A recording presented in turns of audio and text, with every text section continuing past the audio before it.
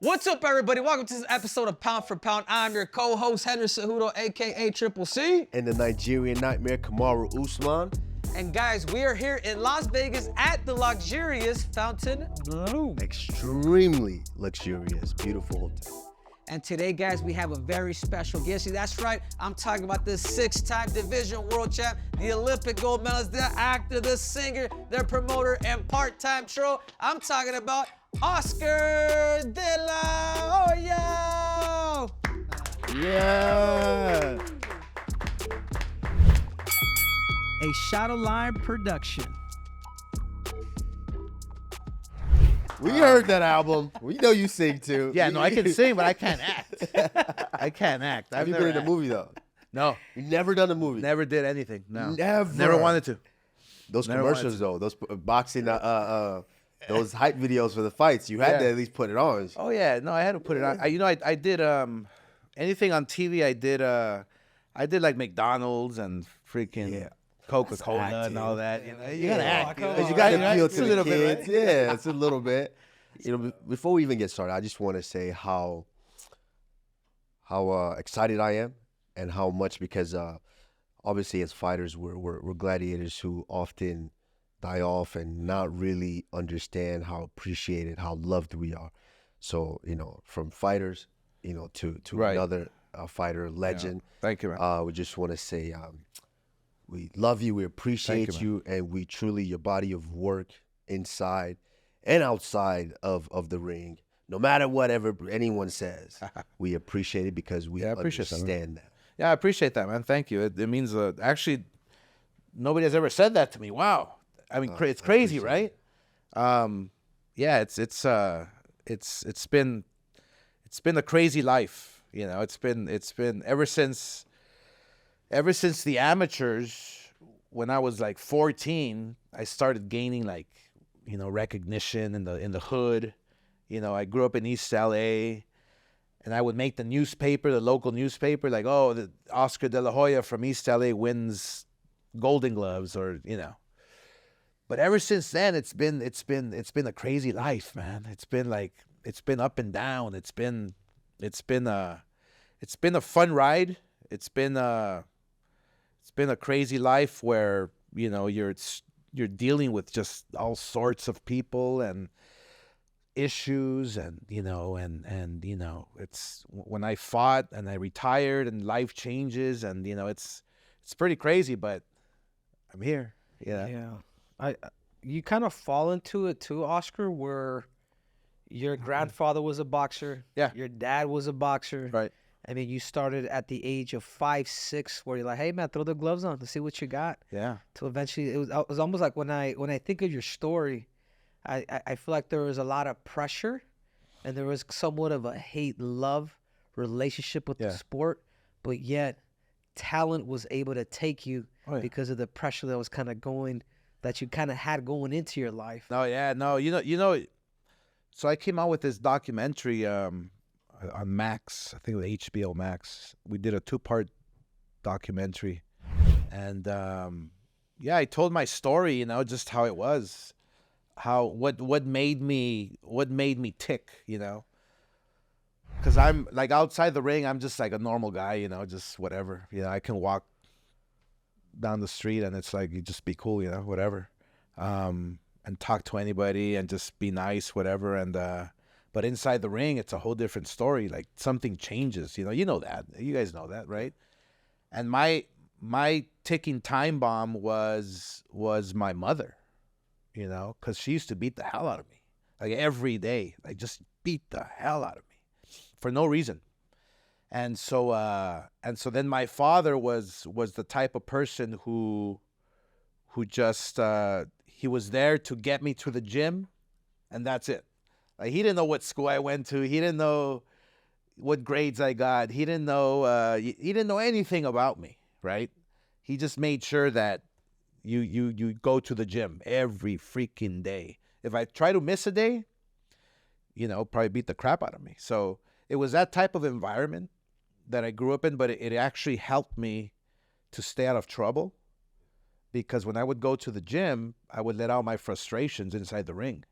You know, I would literally think about my mom, and I mean, she would literally beat me every day with a freaking hanger or a belt, a hose, you know. So it's like you feel all that pain, and you just want to let it out. So boxing to me was my best outlet. I understand that, and you know, a big part of it, hearing your story and hearing you say that is psychological. I don't even think this is definitely not talked about enough, is how much that plays an effect psychologically. Oh yeah. When because it's usually, especially as a boy, as a young man growing up, it's the father that has to restore that order, that has to keep you in check in a certain type of way, because I'm the king of this house. You're going to grow up to understand hierarchy. One day you will be the king of your own house, but in this house, I'm the king of this house. Yeah. And it's your mother who is supposed to be the nurturing one, who's supposed to coddle you, who's supposed to pick you up when you're down, who's supposed to give you that affection and that love. Not to say that the father is not supposed to give that affection as well, but in most cases, that father gives that affection a different way. Like your father making sure you don't miss a day at the gym. Yeah. That's part of his job. Sure. Making sure that you understand that this is hierarchy. This is how you have to behave before you become the boss of your own kingdom. And I can't even imagine psychologically what effect that had on you growing up. Yeah, it was like this. It was this anger building inside, you know, just never understanding like why, why, what did I do wrong? What am I doing? You know, it's. And at that point, Oscar, was it you felt pinpointed? Was it the same for your brothers and sisters? No, it was just me. You? Yeah, it was just me. I didn't understand why. Like, I have a younger sister and an older brother. So you're the middle child. Yeah, I'm the middle child, you know, and so she kind of kept it. She would keep it quiet from everybody else. Like, when my sister saw the documentary, she was like, "Why are you talking like that about our mom?" I go, okay, she doesn't know. Yeah. She just, nobody knew, you know. My older brother didn't know. My father didn't know. So it was like, I almost, when I was growing up, I always thought, well, maybe they planned it out, you know, maybe, you know, I was born to be a fighter and they're going to mold me into this beast, you know. And so my father's going to keep me in line and my mom's just going to terrorize me so I can just be tough, you know. And that's how I grew up. And luckily I did have boxing, because I would have probably been in jail. You know how it goes. Yeah. I mean, we're in the hood, in the neighborhood. I mean, across the street I had all my friends were all gangsters, crackheads, you know, and I would wake up in the morning, like at 10 years old, at 6 a.m. in the morning to go run. Yeah. And I would see them, you know, they would wave, everything, whatever. But I would probably end up like that if I didn't have that tough love, you know. Yeah. So do you feel, Oscar? Because it's crazy, man. I watched your documentary. Like, I watched the Shaq one, and then right after that, like, yours came out, and I'm just like, man, the Shaq one was good. And then I watched the De La Hoya one. I'm like, holy shit! I thought I knew everything about Oscar De La Hoya. I've seen all your 30 for 30s, the ESPN stuff, like just everything. But when you talked about your mom putting you in a dress, when you talked about your mom, you know, as you just mentioned, that the way that the beatings took over. Yeah. When you won the Olympics in '92, and everybody came up with the narrative that, like, he did it for his mother. Oh yeah. And then you were able to kind of went along with it. Sure. But then you're almost like you were able to develop a storyline, a relationship with her, even though she was gone. Like, you know what? Crazy, right? Yeah, I'm just like, what the hell? Like, this is why, like, when the crazy. Documentary came on, Oscar, I'm like, Oscar, you got a pair of fucking balls to be able to tell the truth like that. Yeah. And I could tell, Oscar, there's a bit of relief. Oh yeah. From it's like, how much of that weight has actually like come off? Well, yeah, it was always, I always felt embarrassed, you know, especially when, you know, all that shit came out with the pictures and this and that. You can cuss here, right? It's all good. Yeah. Okay. All right. You know, the pictures back 15 years ago, I think it was. It's like, man, like life had to be freaking twisted. You know, when I was fighting, and so now I understand everything. Especially after watching the documentary, the way it was put together, was like, shit, man, this guy's a genius. This director's a genius, because he exactly knew how to pinpoint what the problem, what the issue was. And the issue, I thought, was me all the time, and it wasn't me.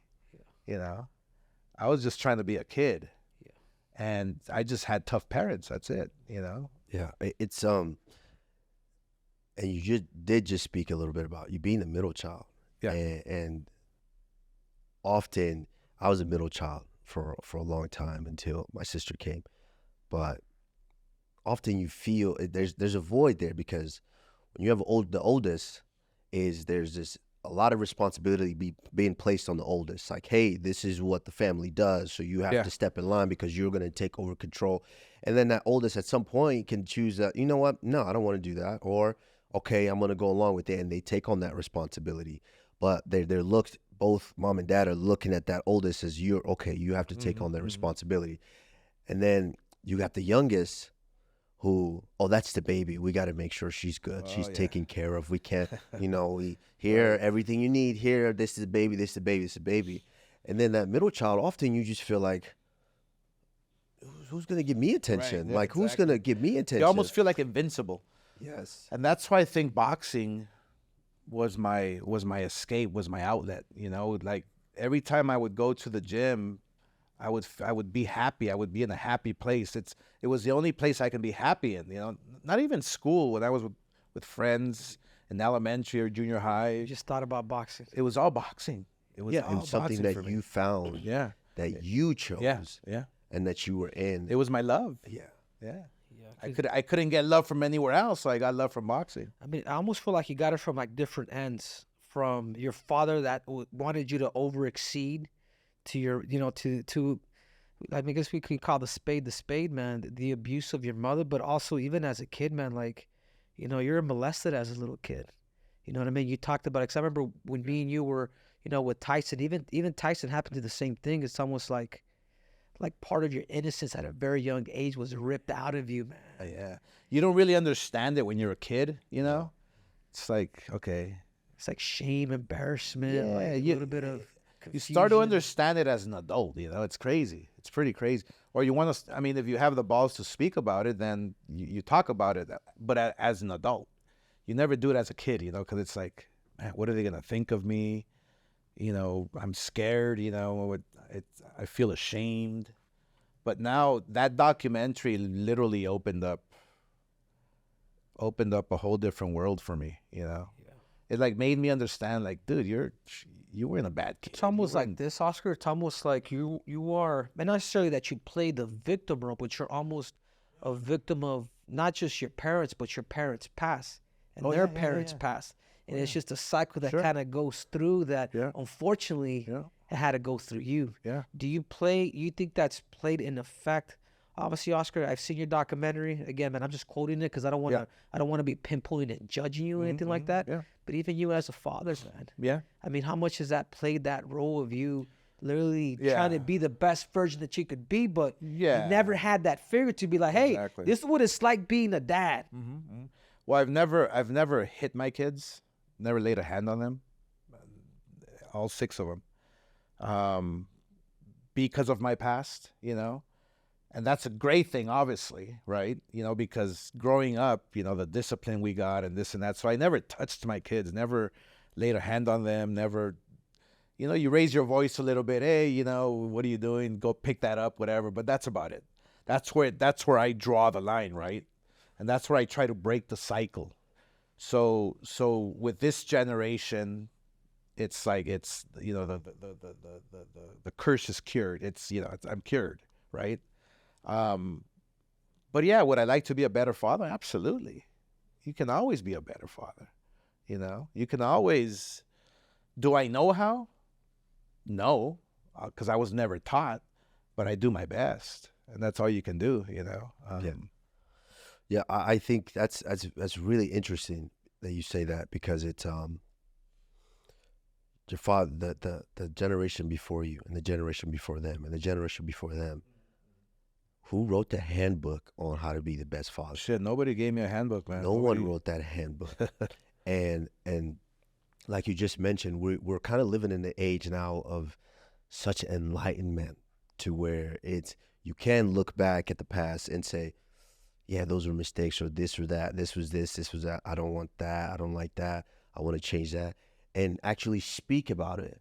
And just before we even go, I just want to say thank you for even, being open like that, to be able to shoot that, because we understand. I think everybody understands the pressure. Yeah, but there's a different level when we do what we do. Sure. And not even to your caliber. There's a different level when you become the pinnacle of the sport. Because sports change lives. Right. Like, it's something that people all resonate with. So when you become the pinnacle of it and a champion, and then you have this persona and this that you have to live up to. Yeah. You were deemed the golden boy. You came back with a medal, and then you were the golden boy. Yeah. That's for your mom. So now it's like, oh, I got to live up to this. And you're carrying that each. Oh, wow. Here, baby. Jesus, dude. Wow. Where's yours? Where's yours? Where's yours? I took carry it, Oscar. We've seen Henry. Can I see that, Oscar? Can I? I mean, it's a replica, but Yeah. No, but you know what's crazy about this too, Oscar? I remember you as a promoter now, you had given this to Bob Arum. yeah. You had gave it to him. And obviously, you Wait, is that crazy? I mean, going back to like everything we're talking about, right? Like, when I won the gold medal, the story was I did it for my mom, and that was the whole narrative, right? That was like, I mean, media made it up, actually. And you just went with it. Why I went with it because it's You're like, a kid. okay, And then this is how, and it's that thing. This is how I become successful. Right. This is how I get out of the hood. sure. This is how I make money. You just go with it, and what's crazy was, I don't know. It's like when I gave that gold medal to Bob, like, I didn't mind like parting ways with it. I didn't, like, it was like, okay, did I win it for my mom? Yeah. It was kind of like, I don't know. It was like a double-edged sword, because the world's saying I won it for my mom, but I really didn't. It's like I did it for me. Fuck, what about me, right? But it's one of those things that where you see an avenue, and they paint the picture, and obviously they touch on it in the doc a little bit, where now you got a publicist, right? Now we have to mold this. We have to find a market to market you, to tap you. Oh, yeah. So at this point, you got to be the sport. You got to be a good sport.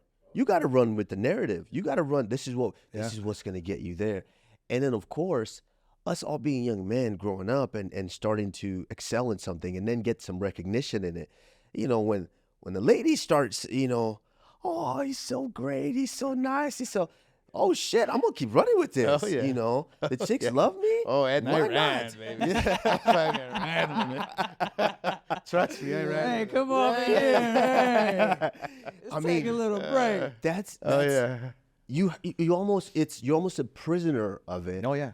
And you can't. Sure. It's what do I do? Like what? I'm just gonna. And then at that age too, we're not in this point now of enlightenment to where you can look back on your life. Right. No, at that age it's like, oh shit, I can't say anything because I want to keep getting this money. Oh yeah. I want to be able to take care of my family. Right. My dad, I want to buy them a house. I want because that's the symbol of what we see as success. Yeah. But then we're living a lie. Oh man, it's all a lie. It was a deep lie too. Yeah. Because everything that, like, I'm being successful and winning and this and that, and it's off of a lie, basically. It's not, I mean, yeah, in a way I was motivated to do it for my mom and, but the storyline was just like, it was too good for you not to tell it. Yeah, she wasn't like passing away in her deathbed and I said, oh, I'm going to do it for you, Mom. It wasn't like that, no. But how powerful, though. It's like a boulder rolling down the hill. Once it gets going, it's almost impossible to stop. There's no stopping it. But how powerful was that motivate? Because it is, yes, as untrue as it was, that's a motivator too. Oh, yeah. Knowing that, oh, shit, this is, right. Yeah, it might be a lie in my head, but shit, I got to do it for my mom. Oh, yeah. I got to win these fights. That means more money, more publicity, more of the story. Well, then think about, I mean, again, double-edged sword.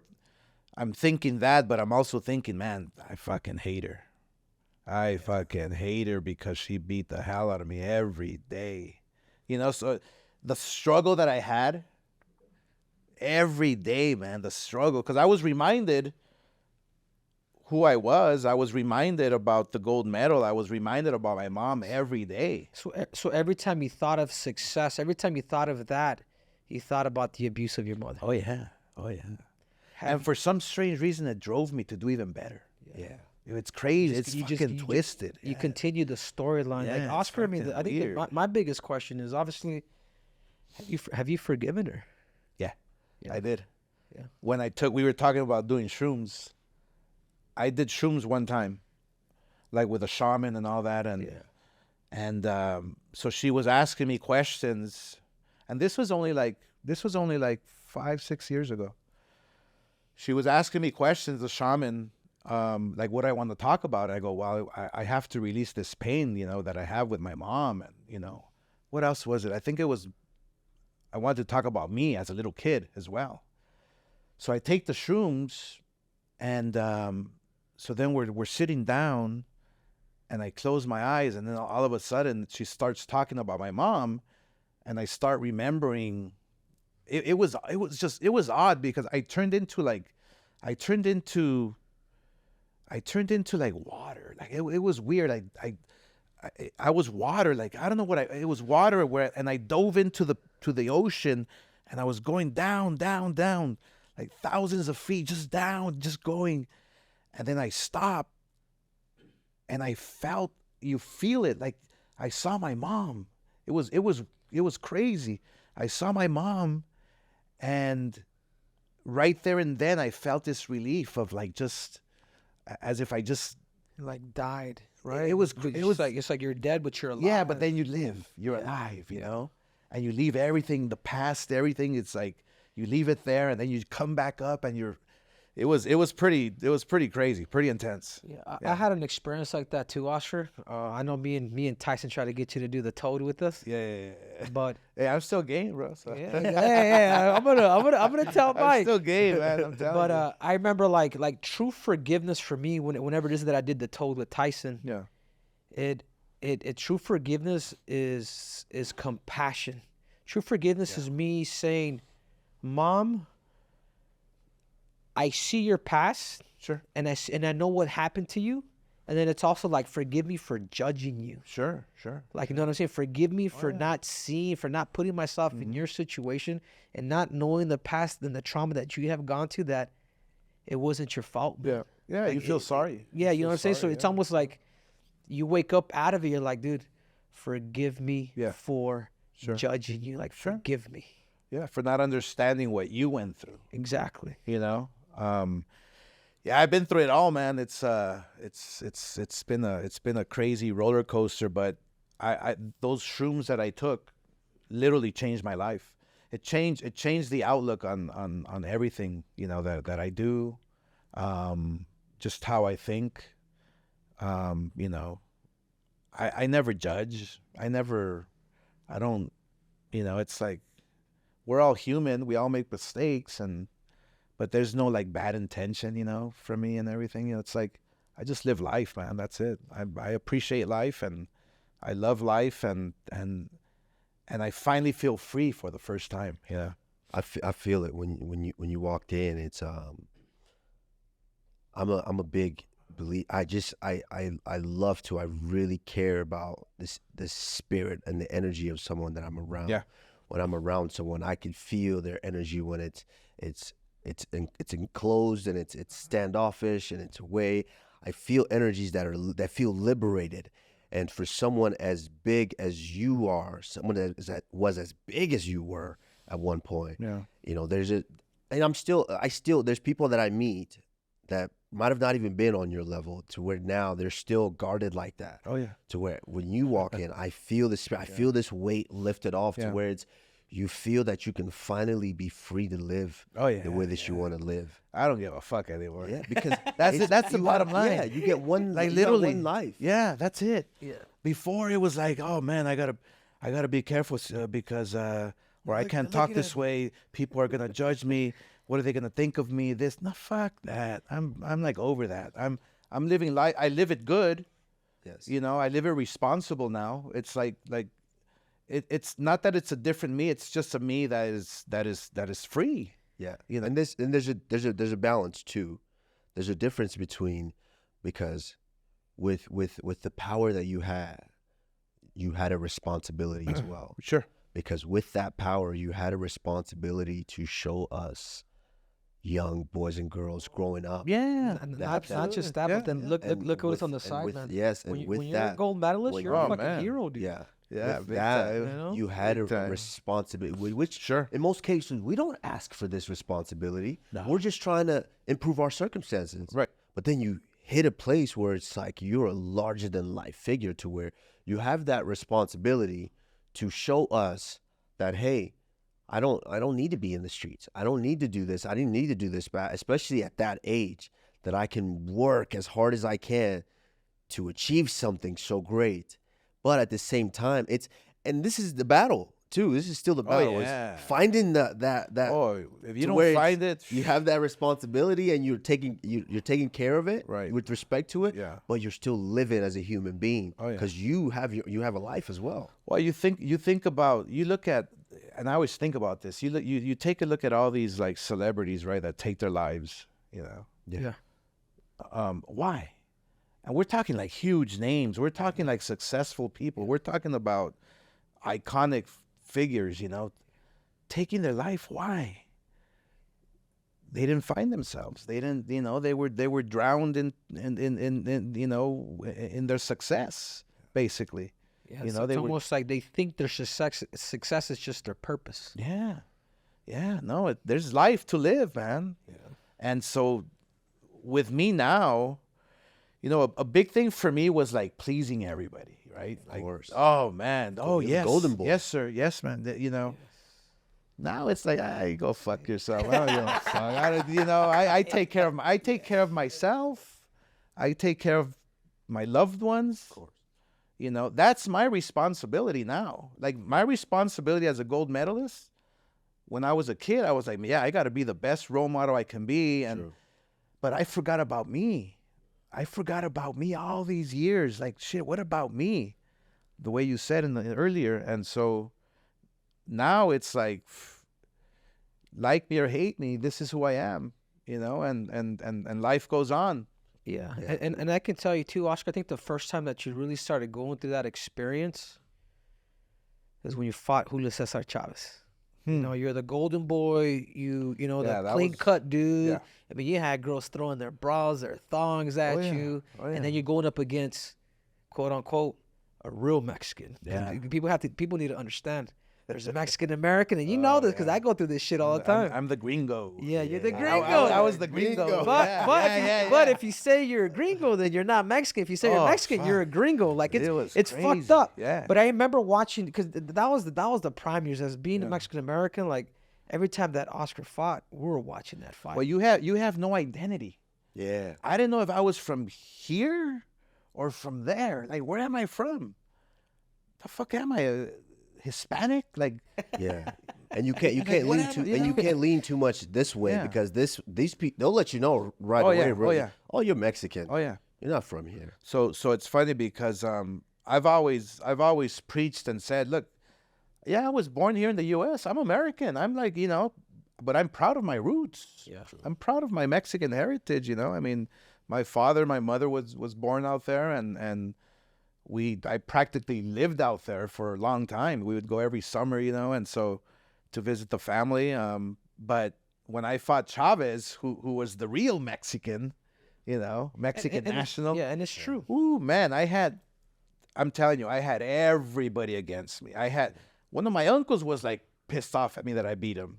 What are you doing? Man? You're beating my hero, man. I'm like, dude, I'm your Yes. nephew, man. Come on. Yeah, No, it was it's- crazy. And in those fights too, I especially in the second one, in those fights too is there's this dog that's inside of, you know, the elite fighter. Oh, yeah. There's a dog that's inside of us, to where whatever trauma that we might have been through, Yeah. whatever it was that's fueling us, we almost we almost grow bigger than that inside. Oh yeah. And there's this snarl that you do. Obviously, you know the famous Mexican fighters. They're just hard nosed. They're in there and they, it's a fight to the death. Oh, there's a lot of anger in there. Yeah, there's a lot of anger. You have this one where it's almost like you look like you're out of it. It's like this glazed look on your face. Yeah. And you're in there, and especially in that second when you had something to prove. It was like, motherfucker, I'm not taking a step back. I'm gonna beat the shit out of you. Yeah, you know what's crazy is every moment I had like that, and I can pinpoint it in every fight.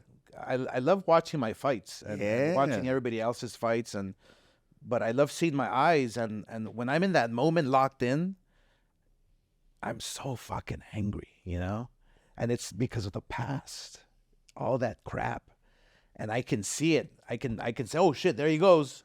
There's that fucking animal that's gonna come out, and I can see it, and sure enough, man, it's like before, like 10 years ago, I would break down and cry and fucking just like, just feel sorry for myself. But now it's like I see it, and it's like I just laugh now, like shit, man, that's so tough times. I'm glad that I survived it, because I could have easily done anything, to myself, It's. I mean, I'm a coward, but I would never do anything. But it's like I always had that mentality, like I don't want to be here. This life is too tough. I can't handle it. Yeah. Think of everything that's happened to you, Oscar, from being the legend in Julio Cesar Chavez to losing that controversial loss to Trinidad. Yeah. To going, to being the first one to ever become a 6th division champ in boxing history, unless I'm wrong here. Yeah. That you're right. Yeah, you're right. Yeah. To having stardom, dude. When did that really switch for you? You say, you know what? Because I feel like as a boxer, you're always, and this is something like you've had a big impact, like in particularly every Mexican American that's in combat sports is like, it's like, no, like it was a great fight. He won, boom, boom, boom. Yeah. But in reality is there's always somewhat of a rebel in you. You know what I'm saying? Like because I feel like recently that was kind of unleashed, because now we have Oscar, the promoter, but also the troll. You know what I'm saying? Like, dude, when Rolly did, I was laughing, dude. Again, look. And it happened late. And you know what, Oscar? Can I tell you something? Yeah. I'm kind of happy that I found it a little bit earlier. We talked about it. It's like, man, I remember you were telling Tyson, like, you know what this motherfucker is? You're pointing at me. This motherfucker is hilarious. But it's almost like, I don't want to please anybody. I know what that feels like. Sure. I know the responsibility, but that's not me. Right. Yeah. That's not you found me. it early. Yeah. And I found it early, man. Which is great, man. But it's like I said, today, if you're going to talk shit about me, well, guess what? I'm going to talk shit about you too. But I'm never going to, if it's an athlete, like a fighter, I'm never going to talk shit about you, like in your personal life, or, I'm going to critique you. Yeah. Like I think it was Rollies who fought Pitbull. Yes, just fought Pitbull. I did a video. I was just laughing. It was hilarious, right? You and Oscar, and me and Bernard, but I would never attack you personally, because it hurts, when you get attacked, and I know that. But if you're gonna talk shit about me, I'm gonna critique, who you are inside the ring. Yeah, you're. Because I have the right to. It's like, you're gold standard. Right, like shit. You fight like this, you fight like that. I mean, it's not my style, and I'm gonna critique you. That's it. But you're also a promoter now too, so part of you also, because you know what, we're part of the UFC. Dana White, and we're just talking with them. We gotta ask. We gotta bring it up. Sure. What is the, like? I don't want to steal your question, but no, you're good. The only thing I'm saying is, you as a promoter, you sometimes these fighters they don't fucking sell a fight. Like, you know what I'm saying? And there's one thing where the UFC's really taking off, and really now it's kind of lapping boxing, unfortunately, is because there's storylines involved. And I'm still not too sure if these fucking boxers get it. It pisses me off a little bit, because one of the oldest and toughest sports, and I even put it above mixed martial arts, is the sport of boxing. Oh, yeah. No, I mean, boxing at one point was the #1 sport in the world, It was just everybody watched boxing. It was, and why? Because the best fought the best. True. And that's what the UFC does. I mean, you guys fight the best. You guys, and there's a storyline, and it's a machine, you know. 'Cause it's all under one umbrella. Sure. And look, with boxing, we have right now maybe 3 big promoters, you know. Yeah. There's myself, there's Matchroom, and then there's Top Rank. And PBC, yeah. PBC, yes. PBC, yeah, there's 4 big ones. It's so fragmented, you know, and so promoters have to try to work with each other, and the fighters, you know, it's all a big mess. Yeah. And therefore we don't get the big fights that we want to see. One thing that I'm trying to do is beat the drum and tell all these promoters, hey, let's work together. Let's just work together. Leave your ego at home and let's make these fights happen. And we've seen them in the past now on a regular basis, you know. But I got to keep beating that drum, man, because this sport, I love this sport, man. I love boxing, man. I love boxing, and I respect. Actually, I have to be honest. At first, I didn't really understand MMA. Yeah, because I saw. I'm talking about way back in the day. I didn't really like the striking and this and that, and you know, and the grappling, and I critiqued it a bit. You know, I was like, you know, I'll stick to boxing. Yeah, I didn't talk shit about it. I just like critiqued it. Yeah. And but now it's like the way it's evolved, the way you guys fight, and the way you stand up, and you know, it's like an art, man. It's a fucking art. So I respect it a lot, you know, and so that's the one thing about the UFC is that everything's under one umbrella, like you said, and the best is fighting the best. That's the bottom line, and people love it. Yes, and that's what boxing should be. Speaking of that, and going to back what you were saying earlier. No, I wasn't going to bring it up. Yeah, you were gonna stop it. You were gonna bring it up. You called him a troll. Talk to me. So let's come on. Let's talk about it. Let's talk about it, Oscar, because Bring it up. Come on, we're in a time where you changed the game. You decided I'm gonna promote myself, and you became one of the biggest boxing promoters ever. Yeah. And what I don't understand is, where does this beef, this underlining, whether it's beef or whether it's the disdain for each other, comes from? Because Dana White is the best mixed martial arts promoter ever, and you are arguably the best boxing promoter ever. So where does this disdain for each other come from? Because I believe you two are, by being the best respects the best, and we work together in some way. You know what? I think, well, actually, I know where it comes from. I think when Mayweather and Conor McGregor got made, I critiqued it a bit. I was like, I mean, that's not going to be a real fight. I mean, what is it, an exhibition, this and that? Yeah. I didn't really know too much about what was going on, you know? It was I don't know if it was an exhibition or a real fight, but I didn't understand it, so I critiqued it. And then Dana White obviously comes and defends, you know, the UFC, and rightfully so, right? And then we went at it a couple of times, whatever. But yeah, I think I made the mistake of critiquing it because I didn't understand the sport in the beginning, you know. And so, and I mean, I'm not gonna sit down right here and apologize, because I'm just not. Yeah, because he does it too. Yeah, but it's like it was just my opinion, and I critiqued it, and I didn't understand. But I have no beef with him. I don't. You respect him as a promoter. Yeah, I respect him. That's it. It's what he's doing in the UFC. Yes, is commendable. It really is. I mean, shit. I wish boxing was like that. Yeah. I wish boxing was under one roof. Imagine boxing being under one roof. Okay, Oscar. Wow. Oscar, how do you fix boxing? The reason why I bring that up is because you're right. The best ain't fighting the best. Yeah.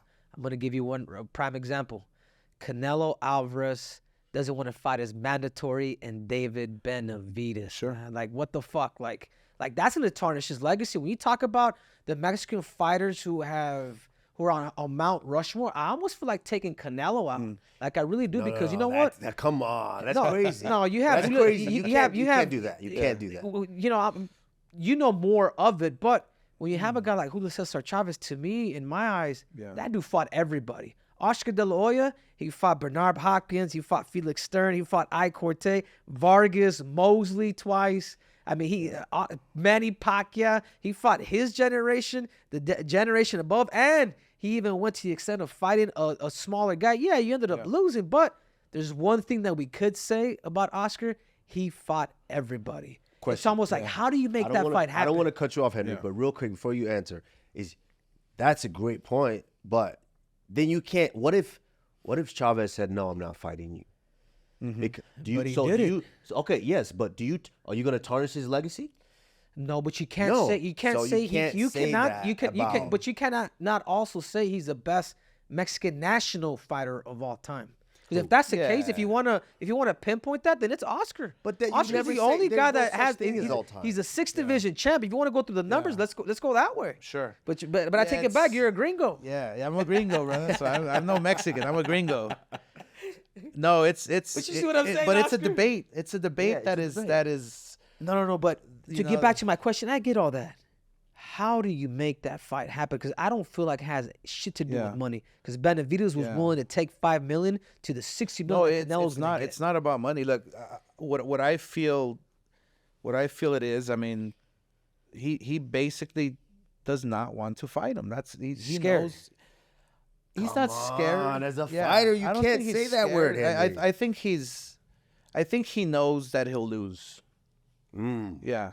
I think he knows that. What is that, Kamaru? What is that, my brother? Yeah, because when you look, I've learned over the years that when fighters outprice themselves, that's basically saying, I don't want to fight you. But look at the styles. I mean, you look at Canelo, right? And I promoted him for freaking 12 years, I think it was.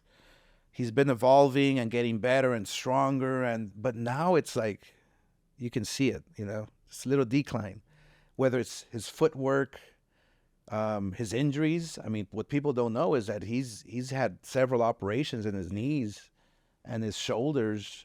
And so it's all catching up to him. And you have this kid that's 26 years old, Benavides, who's big as hell. He's not afraid to fight him, but he's maybe just afraid to lose. Yeah. I understand that. But we can't go as far as start saying, "Oh, he's scared" or this and that, because he's paid his dues. Yeah, just like you paid your dues. You didn't have to fight some of the dudes towards the end of your career that those losses that you took. You didn't have to fight those guys. Right. You were the gold. You were Oscar. You made money. Sure. Canelo at the same time has made money. He has fought a lot of people, just like Chavez. He was the guy at that point. Oh yeah. So we can't say he's scared.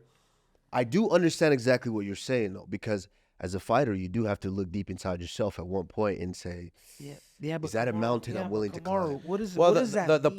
problem too is that Canelo's holding all the titles. Ooh, that's right. He's holding everything hostage. So it's like, okay, if you don't want to fight him, then let go of the titles. Yeah. Give somebody else a chance. And people love seeing a fucking train wreck. Come on, Of course. Of course. That's why he's a fiend for this fight right now. People love people love seeing the changing of the guards. Yeah. It happened with me. It happened with it happened when I fought Pacquiao. Yeah. It happened when I fought Mayweather. Yeah. It happened when you fought De La Hoya. Chavez. Yeah, it's the Passing changing of of the the guard, torch. the passing of the torch. People love seeing that, and who's going to be the next guy to take over the reins? To take over, get that crown. And is it Benavides? Is it Munguia who's fighting the 4th of May? People love watching that. So people get tired sometimes of heroes. Yeah. And they want to see something new, something fresh. It's like, I can't believe all these people are fucking against Canelo now. Like, what the fuck happened? But Oscar, it's that same reason is you fought everybody. Yeah, I mean, yeah. You fought everybody. Not if Canelo rejects to fight this dude, which I feel like he's going that route. I don't think we're going to see that fight. But look at what David Benavides is doing. I'm willing to go up to 175 pounds and fight the winner of Bivol and Batariv. Yeah. Like, give me one of those dudes. Like that. Like, he's going to steal all the fans.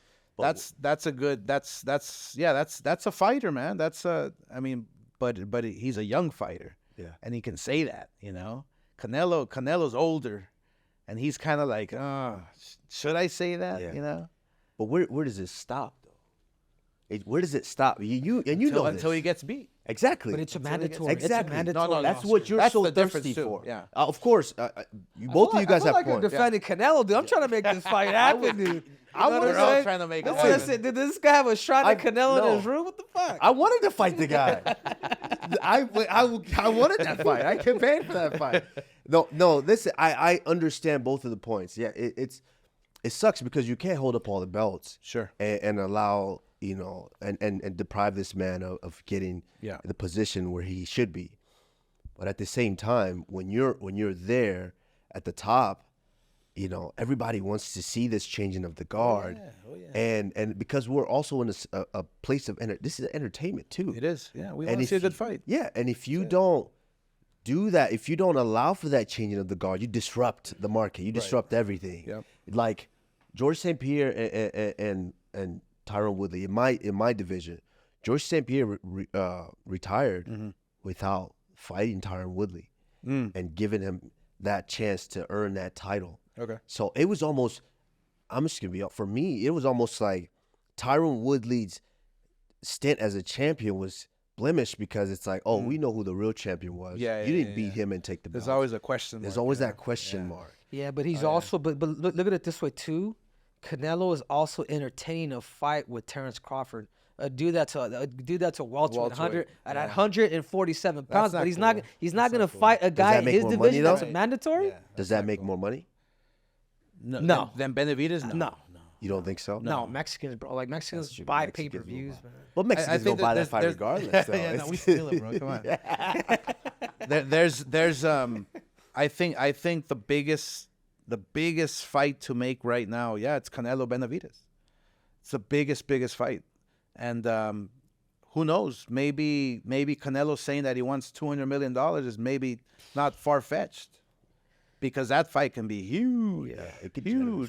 So he would just get 200 flat, no pay-per-view. All right, the prince of Saudi Arabia, the king of Saudi Arabia says, "Hey, let's make this fight happen." Yeah, maybe. I mean, maybe he takes the chance on Amazon because now Amazon's involved with boxing, which is huge. Or Really? Netflix. Yeah. Since when? Somebody. Netflix is coming up too with Jake Paul and Mike Tyson, all that good stuff. So, it's a big money grab right now, man. It's crazy.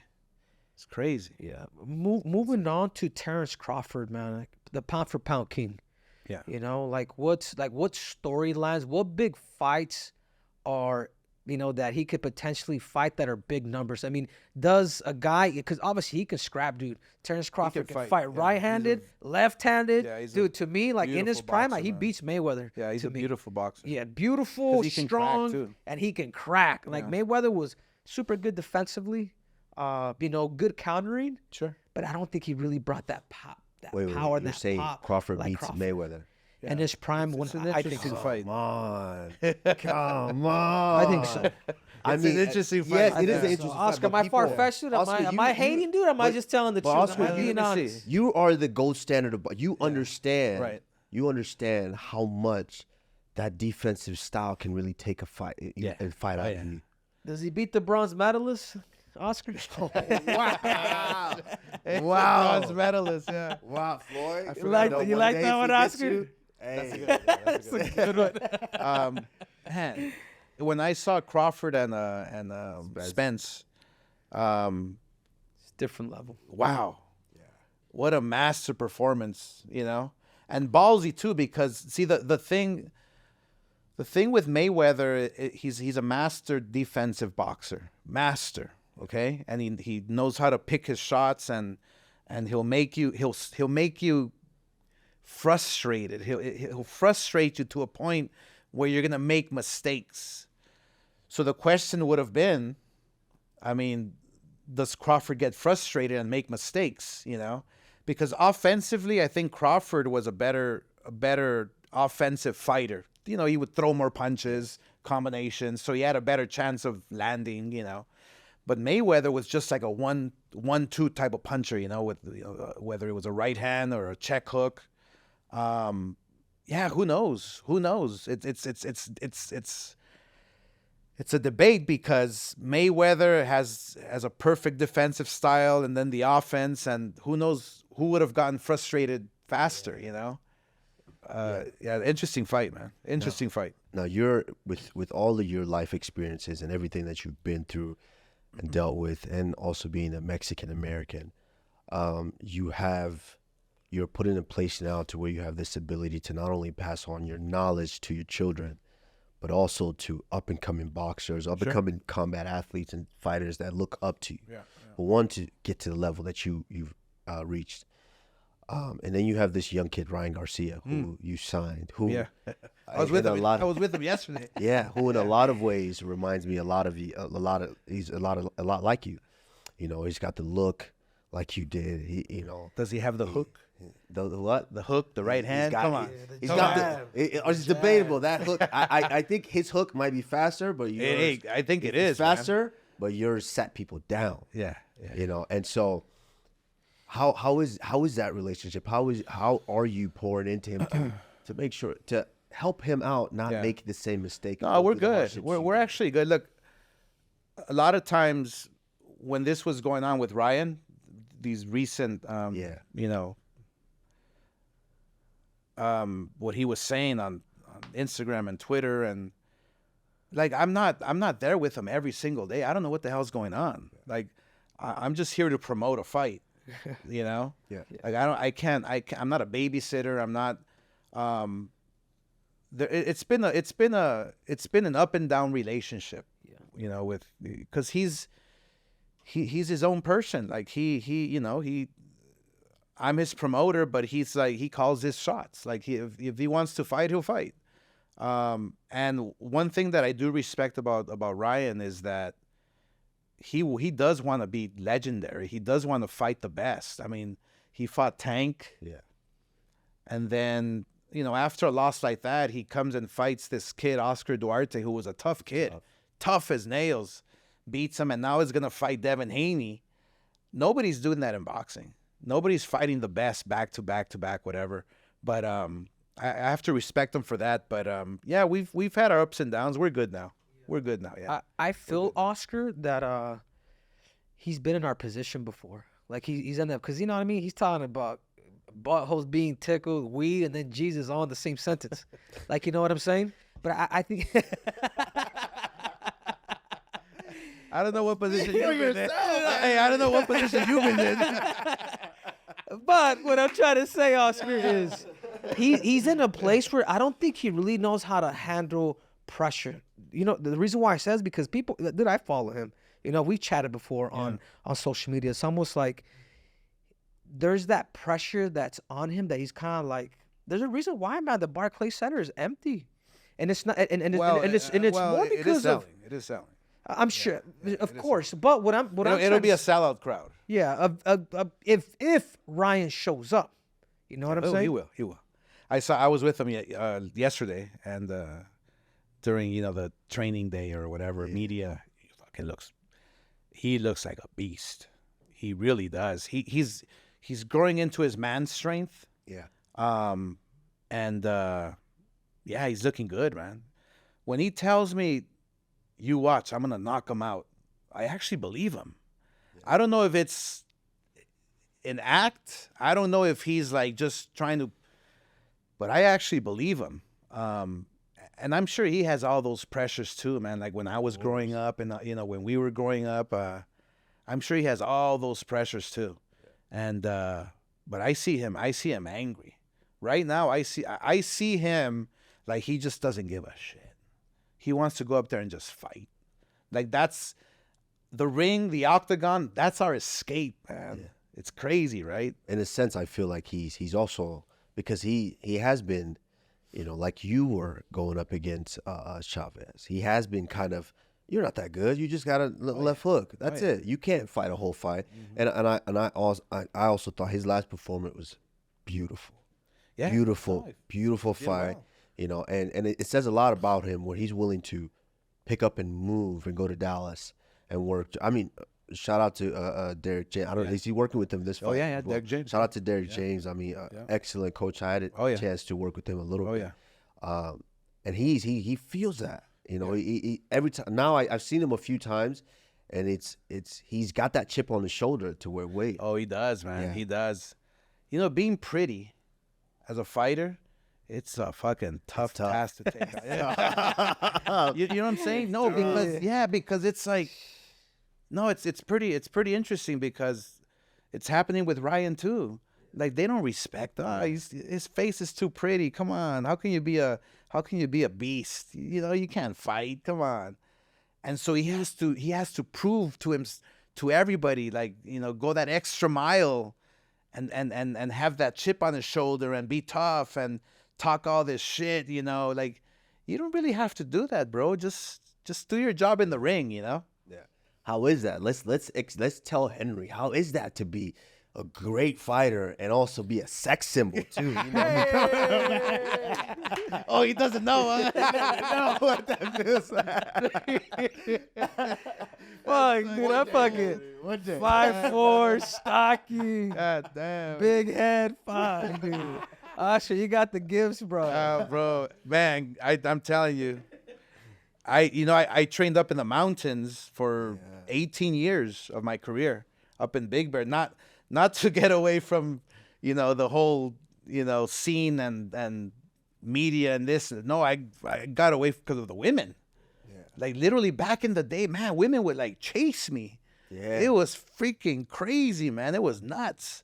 So I would seclude myself up in the mountains, and I would have a whole team just to keep the women away. Yeah. You know? It was crazy, and I'm sure Ryan's going through it now too. Yeah, but and imagine being in this day and age where they have access to you. Oh yeah, they don't have to chase you, follow your car driving away. Slip in a DM, and they have access to you right here at their fingertips. Crazy. Imagine how dangerous that would have been. Oh man, like you had fun. Well, yeah, but I'm glad I didn't have social media back then. Yeah, I would be in trouble. Oh my goodness, because it was so easy. Yeah, you know? It would have been so easy, but. I mean, everything changes, man. Times change, and you know, I think there's more pressure now, because of social media, you know, because it's so accessible. It's more of I like to compare it as more of a mental pressure because it's all here. Yeah, you might not be able to see, feel, and touch what's going on right in front of you. Yeah. But it's all here, so it's in your face, yes. Which is even worse because you read a bad comment, and you want to fucking, you motherfucker. Yeah, you want to. It might be a find bot. that person. It might be a fucking bot. Yeah, you know? Right. Yeah, and you, we all know. I mean, I got fucking thousands of bots, man, on my shit.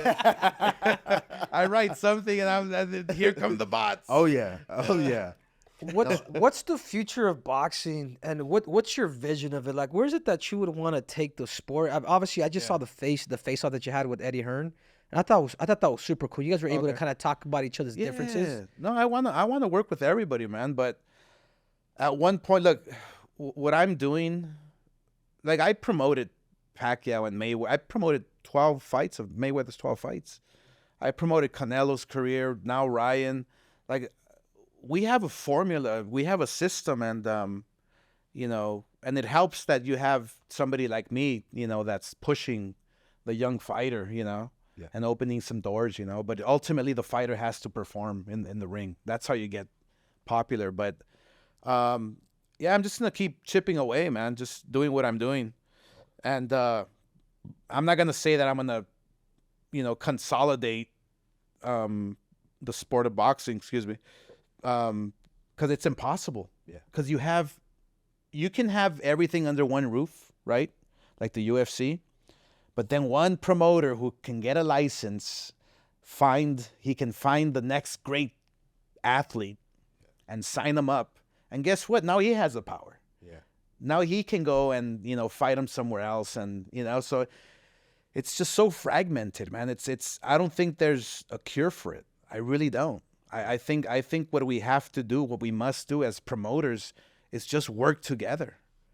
Because we've done shows now. Like we're doing this show with Canelo and Munguia. I'm doing it with Al Heyman, who's a promoter, and we're doing it with a different network. Because I'm with DAZN and then they're with Amazon, so we're working together. That's just the way to do it. Work together. Yeah, that's basically it. I want to, that's of course that answer that and away from the sport, because you're so much bigger than just the sport. I want to real quick just touch on this a little bit, which is your family life. Because watching your documentary towards the end, I'm not gonna lie, I was on the plane and I was tearing up a little bit because I am a father. He is a father. Sure. And I was tearing up a little bit, making sure the person next to me was watching me. But I got something in my eye. Yeah, what as a father, obviously, like he just touched on with how you're understanding, trying to understand your mom's position. Sure. Is what would you want to say to your children and them, because now they're growing up. Yeah. I got 3 older ones and 3 younger ones. Yeah. And so they're gonna get to a position to where they're gonna be, our age and your age of enlightenment and look back. What would you want them to understand? Yeah. What would you want to say? Well, I mean, first of all, thank God for their moms. Yes. Like, you always pick good. You always pick good for the most part. Seriously, because I mean, I was doing my thing. Was I there? Yeah, okay, but I got to train, I got to fight, I have my own life. That this selfish lifestyle. Selfish, exactly, and time flies, and next thing you know it, they're fucking 25 years old, and you wish that they just turn out to be great kids, And I got lucky. I really did. Not because of me. I mean, not because I was the, authority, or I was the voice, or I was the one who was responsible, no, thank God for their moms, seriously. And thank God they all turned out, to be good kids. What I would tell them is, hey, just don't lose your identity. Believe in yourself, That's basically it, Believe in yourself. Don't let anybody tell you what to do. Don't let anybody tell you, how to do it. Believe in yourself. Believe in your abilities. Believe in your mind, your heart. It's because I sure can't tell them, like, I can't tell them what to do. I don't have that authority, because I wasn't their mom. I wasn't there every single day, But I can give them advice as an adult, and just kind of help them out and be there for them, because I will be there for them every single day of my life. If they pick up the phone and call me, or I call them, it's like, we have a great relationship, but it's like the best advice I can give them is, just be true to yourself. Find yourself. And you watching that doc, there's a scene towards the end of it when you're at the fights. I think you were at the fights with them. Yeah. And someone was fighting. I don't know who it was. The camera was on you and them. And it's where you were shadowboxing in slow-mo. I was like, damn, he still got it, but when you see like a scene like that, that was powerful. That really moved me, that right there, because it's at the end of the day, life is about, when you really scale it down to its simplest form, it's about memories. It's about the moments you made all throughout. It's about the journey. Yeah. All those memories, when you look at them and you try to see life through their eyes, and then their memory of you is, how would you want them to remember that memory? That the memory would be that dad was always there and will be there, in his own way, My training camps were 3 months at a time. You miss all these like birthdays, and you miss all this time, the school and going, being with them in important moments, I mean, back then we didn't have like cell phones and shit, and to communicate or whatever. I would go off to the mountains and stuff, but they always knew that they can always count on me, you know, and that was very important to me because of how I lived in my past with my parents. I didn't know I had parents. I didn't know I had somebody I can talk to. So I make sure that these kids know that, hey, whenever you need to talk to me, whenever you have to get a hold of me, I'm here for you. I'm your father. I can give you advice. And they know that for a fact. So that's very, very important to me. Yeah, I think, Oscar, you know, I just want to give you your flowers, man. I hope through this documentary, first of all, since I was a kid, you know, whether it was a lie or whatnot, the way you've always carried yourself, it inspired us. Yeah. Not just me, but, you know, every other Mexican-American, gringo, whatever it is that you want to call it, so that's a fan of combat sports. Sure. And I just hope that your family understands you through the documentary, that they don't judge you, and that they're able to see it through your lens. Well, most of them don't talk to me, so Yeah, but I think because I was real. Because You you know? aired it. You aired it. Yeah, you aired it, and I think you're at peace now. And I think, you know, you carried your cross, and they have to carry theirs, and I hope that they understand, because, you know, everybody's story is a little bit different. It's all different, man. It's all different. It's all a struggle. So I just want to say, Oscar, Before thank we go, you. Yes. Gracias. You got it, brother. You know, I wanna as say another to you- gringo to another gringo. Te queremos un chingo, Oscar. Thank you, brother. I want to say before we go, I want to say to you, is there a world where we get you and Dana to actually have a sit down? I would Because love to. You guys are I would both love to, man. phenomenal There you human have beings. it. Look, Seriously? Kamaru being the peacemaker. Dana over White, here. where are you? Dana, Like, hear no, it. look, you know what's crazy? I remember this one time we were in New York. We were doing upfronts. I think this is when he was pitching the UFC. This is back in the day. Yeah. He was pitching UFC. I think it was to Fox or somebody. And we were cool. He was like, man, big fan, da-da-da. And we were like super cool, super nice, everything. Yeah. And yeah, I mean, it was just that one. Look, he loves the UFC so much. That's his baby. just like you love And so when I critiqued that fight with Mayweather and Conor, yeah, he just went ballistic, and rightfully so. And I understand it, you know. And I might have said things that were uncalled for, and I'm sure he did too. But look, I have nothing against him. If he were sitting down right here today, I would literally just give him a handshake, hug. You know, hey, that's it. It's all good. Yeah, I mean, I think you guys are very, very important men. You know, not just to your household and to life, but to the lives that you guys are continuing to change by giving us the opportunities that we have. You know, and he's dealt with his problems, his things. Sure. You've dealt with your fair share. And I think, Dana, we're going to do another one. Come on now. You and Oscar, we got to definitely sit down. I would love to sit down with him and have some kind of debate, one-on-one. Not even debate, just a. I mean, we should. You guys are the head of these combat sports. You know, definitely. You know, before we go, man. Once again, we love you. We cherish you. Thank you, bro. I remember watching your fights growing up.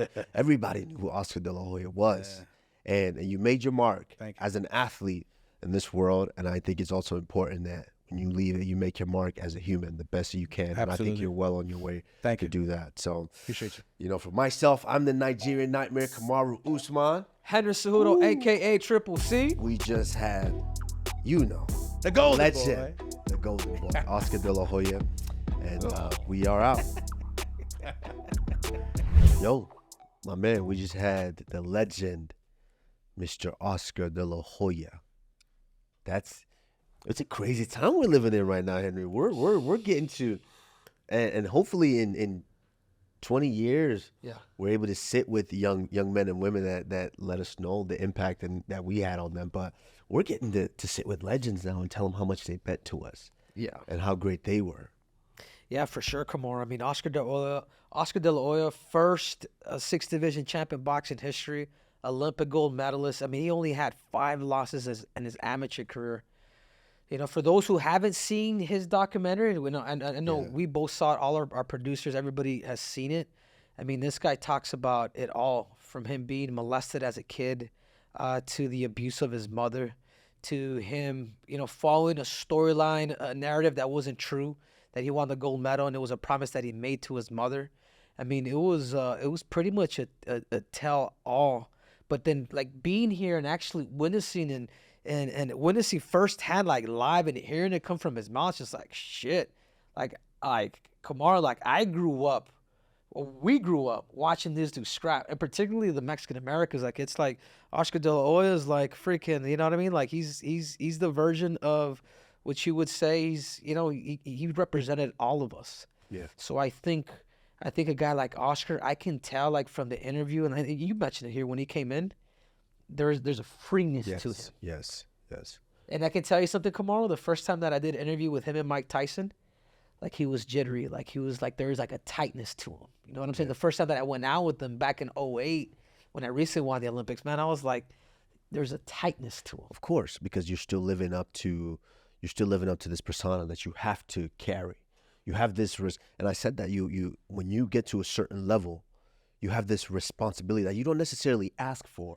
It's placed upon you that because now you are an influencer in a sense. You influence culture, you influence lives, you influence these young men and women who want to be as extraordinary as you are. And so you have that responsibility placed upon you to where you have to pay it forward. You have to. With great power comes great responsibility. I'm a firm believer in that.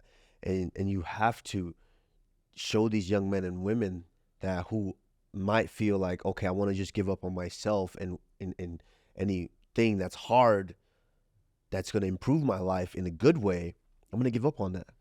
So it's like you motivating them that, hey, if you follow this path or at least try, you can get here.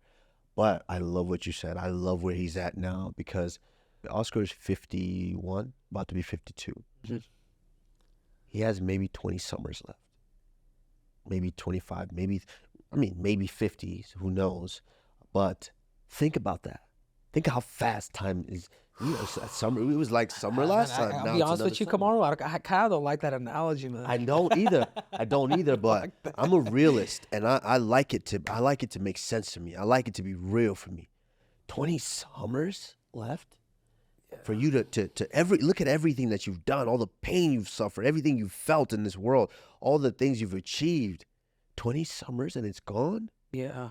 I think in particularly like Oscar's life, like he's lived so much, man, like a love-hate relationship, not just with the sport of boxing, but even with his parents. That's true, and that's what I was saying is, it was with him, the freedom he has now. Now I feel like he's really living. When you first met him, you felt that tightness because he's still carrying these things around. I can't really show who I am. I can't show what I like. I can't do what I necessarily want to do right now. Because of what though? Because of the responsibility. Yeah.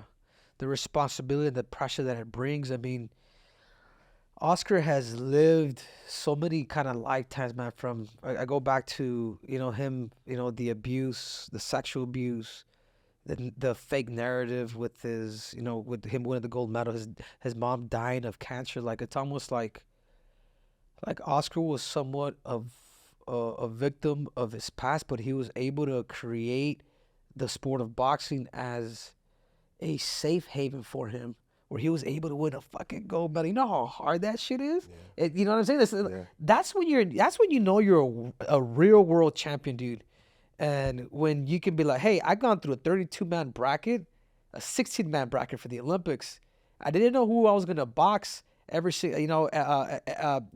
next match, but I was able to be the best on that day. And I think looking back at Oscar's story, it's like, yeah, man, he was not only a boxer, but he was a fucking somewhat of a sex symbol. I mean, but throughout everything and all the success that he went through, there was confusion. Of course. And that's what's so real about it, and that I love about that. And even in him now, being a businessman, being a promoter, it's something that when we spoke with Dana White talked about a little bit of that what most champions tell him once they lose the belt is that sense of relief that they feel. And with Oscar, I'm living now. I'm living the way on his term, the way he wants to live, which people can say whatever they want to say, but guess what? They're all bystanders on the sidelines talking. Yeah. They don't live the life that he lived. They haven't experienced what he's experienced. And, I'm grateful that we got the chance to be able to speak with him, to be able to dig a little bit more into him. And you know, the one question I didn't get to ask him that I wanted to, but I feel like I know the answer to this is, would he take anything back? Yeah. I think you go back and you think of, because there's been so many people that have had success at a very young age, and they asked Michael Jackson that same question. That said, Michael, would you take back everything that you have now to return to your childhood? And ironic, you know what his answer was? What? No. Of course. Like, you know what I'm saying? Of course. Like, because that's something that he's always cried. I never had a childhood. I didn't have that. And he probably went through the same stages as Oscar did. But when they asked him, and he said, I wouldn't change a thing. I mean, what the impact that he was able to make across the world with his music. And I think Oscar's somewhat of the same thing. Now, the only thing that I will add, and it's unfortunate, is him as a father. And he'll tell you, I was just never there. I was just never there. And I think now the past kind of hurts, but I think even now with his kids that are older, I think through that documentary that we saw, like The Golden Boy, and if you guys haven't watched it, watch it. It's on HBO Max. Freaking one of the best documentaries you'll ever see. I hope his kids are able to see those lenses through his eyes. Yeah, that's very, very important. And the comparison to that is, we're talking to legends that have been legends in their particular field, in what they do. And I think a big reason why they might say no, they wouldn't take anything back, is because once you are at that status, you get to that level, you understand what work that it took to get there. You understand that. And also now I've come to a place of enlightenment where I can look back and say, that trauma drove me in a way that helped fuel me to get to this point. Without that trauma, would I have gotten to this point? Maybe not. I wouldn't take anything back, because you don't know. Now you're dealing with the unknown. Why do I want to go back and relive the unknown? Yeah. I know that trauma, as bad as it was or as good as it was, fueled me to get to this point. Yeah. Anything really surprised you, Kamaru, or like anything that really kind of stood out? Like, dude, I think for me, it's like I said, I'm in a place of really enlightenment, to where I'm starting to see these guys and these men and women and understand that they are human, when at one point they weren't human to us. Oscar De La Hoya, did you ever think Oscar was human? You watch him on television. You watch the planes. You watch the cars. That's not human. Oh my God, he's a god. Oh my God, he's larger than life. To where we're now. And being good looking, I can scrap. Don't give me those powers. These guys were larger than life, and how blessed we are, man, to be able to have lived a life worthy enough to actually get to sit and talk to these individuals. So, man, it was a fantastic interview. I'm so grateful. Yeah, no, for sure. I think, hey, we got to get him and Dana to have a sit down. Man, you're gonna get a Nobel Peace Prize. First, Hey, you're trying to connect. You're trying to get Francis Ngannou to link up with the UFC. I'm gonna get that done, and definitely Oscar and Dana sit down, because two people that we respect so much, two powerful, two influential men, and that's the one thing I think about the elite of the elite, is they're able to, I don't care whatever it is, we're able to understand each other for what benefits the greater good. And I think both of them, at some point they will understand that, and they can't sit and talk. So that is our mission. Let's freaking make that happen.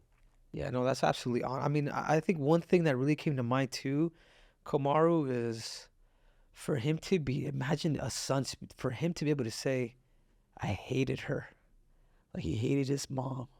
Like, you know what I'm saying? Like, that's the shit that, like you talk about, I didn't like her, I was abused every day, and I fucking hated her. Like, that came out of his mouth. I'm just like, godly. I mean, talk about the life and maybe the hell that he was probably living, and how is it now that he's able to really forgive her? And the other thing too, man, is like his family. He said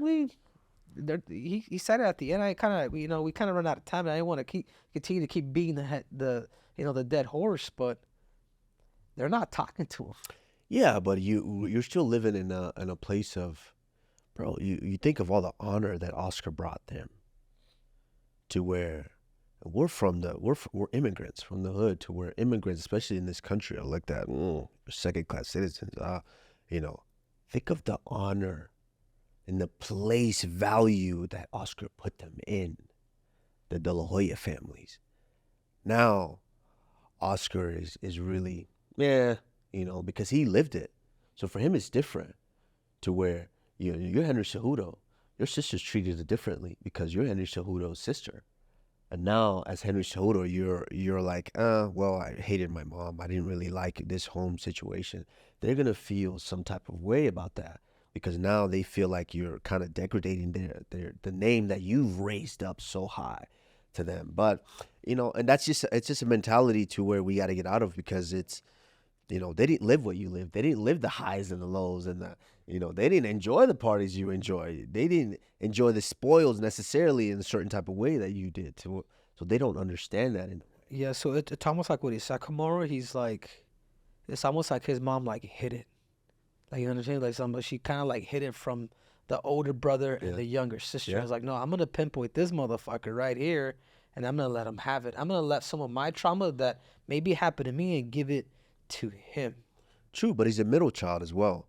So, and I think as a middle child, we compartmentalize the I guess lack thereof of the responsibility, or the nurturing love, the abundance of the lack of abundance of those two things. We kind of compartmentalize that as they hated me, or they don't like me, or they feel this way about me. No one cares about me. That's what we do. Because I told him, there was at one point where I told my mom, why, what about me? What about me? Are you the better child? Yeah. You I was a are? middle child. Oh, shit. That hit And I all think the- and I think it's something that pushes you to be as independent. It pushes you that drives you to go find something that's yours, so you can show them, like, look, you should have loved me more. You should have gave me more. You should have gave me more responsibility. You should have looked at me a different way, because look, you gave him all that responsibility, and look, he didn't. He's not as great as I am. You showed her all that, or him all that love, the baby, and they're not as big as I am. Look what I did for the family name. A piece of you is you compartmentalize that as, okay, screw it. I'm by myself. I'm gonna go get this. I'm gonna show them. And that is a big driving force too. It's a big driving force, and a lot of middle child will tell you that they felt. I mean, maybe not to that extreme, Kamaru, but Maybe not to the extreme, but maybe they, not because. But they will. But They will compartmentalize. You felt that too as the middle child. Yeah. At one point, I was just like, oh man, wow. They don't really. Why? I don't get the same amount of responsibility as him, the oldest. Why? I'm not coddled the same way as my youngest. But now you ask me, would I change anything? No, absolutely not. Because that gave me a certain type of hunger to be as independent and as strong as I am. So, I loved it, and man, we just talked to another legend, bro. Yeah. Hey, we out here running. We on the road, man. We Pound running for pound in this is street. taking over Kamaru. Yes, absolutely. And guys, go to our YouTube. Don't forget to like, subscribe, and comment if you want. Better be nice. Comment, because I'm gonna send this guy after you guys. So, and I am the Nigerian Nightmare. Henry Cejudo, aka Triple C. Yeah.